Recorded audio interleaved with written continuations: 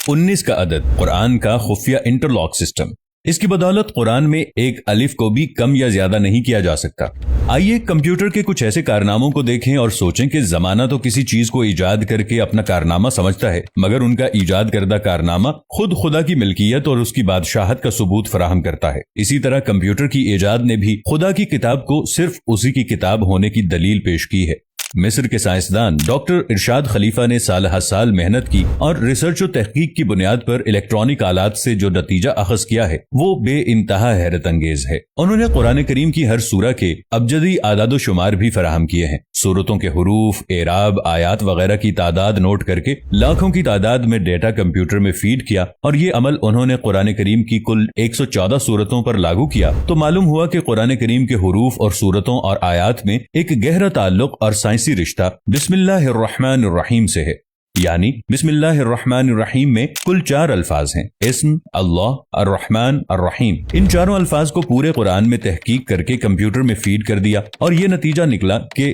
لفظ اسم قرآن میں 19 بار آیا ہے، لفظ اللہ قرآن میں 2698 مرتبہ آیا ہے، الرحمن 57 بار آیا ہے، الرحیم 114 بار آیا ہے۔ ان چاروں الفاظ کی پوری تعداد 19 کے ہندسے سے منقسم ہو جاتی ہے۔ پورے قرآن میں ان چاروں الفاظ کی تعداد کسی جگہ بھی کم و بیش کر دی جائے تو اس لفظ کی تعداد 19 سے پوری طرح تقسیم نہیں ہوگی، اور یہ پتہ چل جائے گا کہ کسی نے ان الفاظ کے ساتھ قرآن میں تحریف کرنے کی ناپاک کوشش کی ہے۔ یعنی یہ ہندسہ 19 قرآنی کمپیوٹری نظام میں ایک انٹرلاک سسٹم ہے جو قرآن کے ان الفاظ میں، ان کی تعداد میں کسی بھی ہیرا پھیری کا پردہ فاش کر دے گا۔ کسی انسان کے وہم و گمان میں بھی یہ بات نہیں ہوگی کہ ایک ایسی مشین ایجاد ہوگی جو ثبوت پیش کرے گی کہ قرآن جیسی کتاب کو مافوق الفطرت کے علاوہ کوئی تخلیق نہیں کر سکتا۔ حضرت ابو بکر رضی اللہ عنہ فرماتے ہیں کہ ہر ایک کتاب میں ایک راز ہوتا ہے، اور قرآن کریم کا راز وہ حروف مقطعات ہیں جو الگ الگ پڑھے جاتے ہیں، جیسے الف لام میم ہا میم قاف نون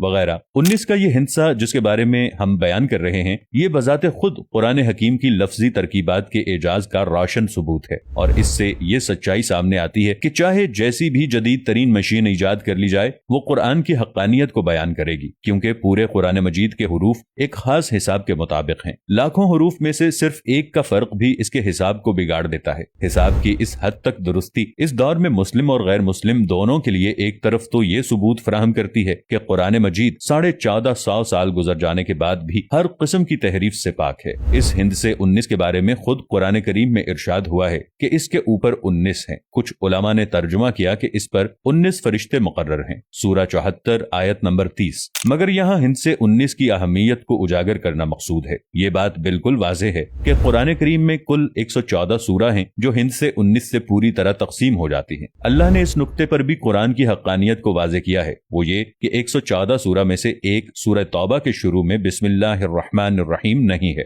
گویا کہ صرف 113 سورتوں کے شروع میں بسم اللہ ہے، مگر یہ 113 تو 19 کے ہندسے سے تقسیم نہیں ہوتا، اس لیے ایک بسم اللہ کا اضافہ سورہ نمل چیپٹر 27 آیت نمبر 30 میں کر کے 19 سے تقسیم ہونے کے لائق بنا دیا۔ یعنی بسم اللہ کا جو عدد 113 تھا اسے 114 کر دیا تاکہ 19 کے ہندسے سے تقسیم ہو سکے۔ آج قرآن کے شیدائی اور مخالفین بھی اس سائنس و ٹیکنالوجی کے دور میں مختلف قسم کی سائنسی ریسرچ میں مشغول ہیں، اور اس بات کا ریاضی کی مدد سے حساب لگایا جا رہا ہے کہ یہ دیکھا جائے کہ قرآن مجید میں کون کون سے الفاظ، کلمات، حروف اور اعراب کتنی بار آئے ہیں اور کیوں آئے ہیں، ان میں کیا حکمت ہے۔ مثال کے طور پر یہ بات دریافت کی جا رہی ہے کہ قرآن مجید کی جن سورتوں کے شروع میں حروف مقطعات آئے ہیں، ان حروف مقطعات کا ہر حرف اسی صورت میں یا تو 19 بار آیا ہے یا اتنی مرتبہ ضرور آیا ہے کہ وہ نمبر 19 سے پوری طرح تقسیم ہو جائے۔ مثال کے طور پر قرآن مجید میں ہر جگہ قوم لوط کا استعمال کیا گیا ہے، مگر صرف ایک جگہ بجائے قوم لوط کے اخوان لوط کا استعمال کیا گیا ہے، اور یہ استعمال سورہ قاف نمبر 50 آیت نمبر 13 میں کیا گیا ہے، اور لوط کے بھائی اور ایکا والے اور بتا کی قوم نے بھی جھٹلایا۔ اگر قوم لوط کی جگہ اخوان لوط کا استعمال نہیں ہوتا تو ایک قوم لوط کی زیادتی کی وجہ سے 19 سے تعداد نہیں کٹتی۔ اس طرح خدا نے ہر جگہ الفاظ اور اعراب وغیرہ کو انٹرلاکنگ سسٹم سے جوڑ رکھا ہے، ورنہ سورہ قاف میں حرف قاف کا نمبر 19 سے تقسیم نہ ہو کر 19 کے ہندسے کو بے اثر کر دیتا۔ اب اگر ایک قاف بھی کوئی گھٹا کر پڑھے گا تو خود آیات پکڑ میں آ جائیں گی۔ اگلی مثال سورہ نون کی ہے۔ اس حرف کا استعمال سورہ نون میں 133 بار ہوا ہے جو 19 کے ہندسے سے تقسیم ہو جاتا ہے،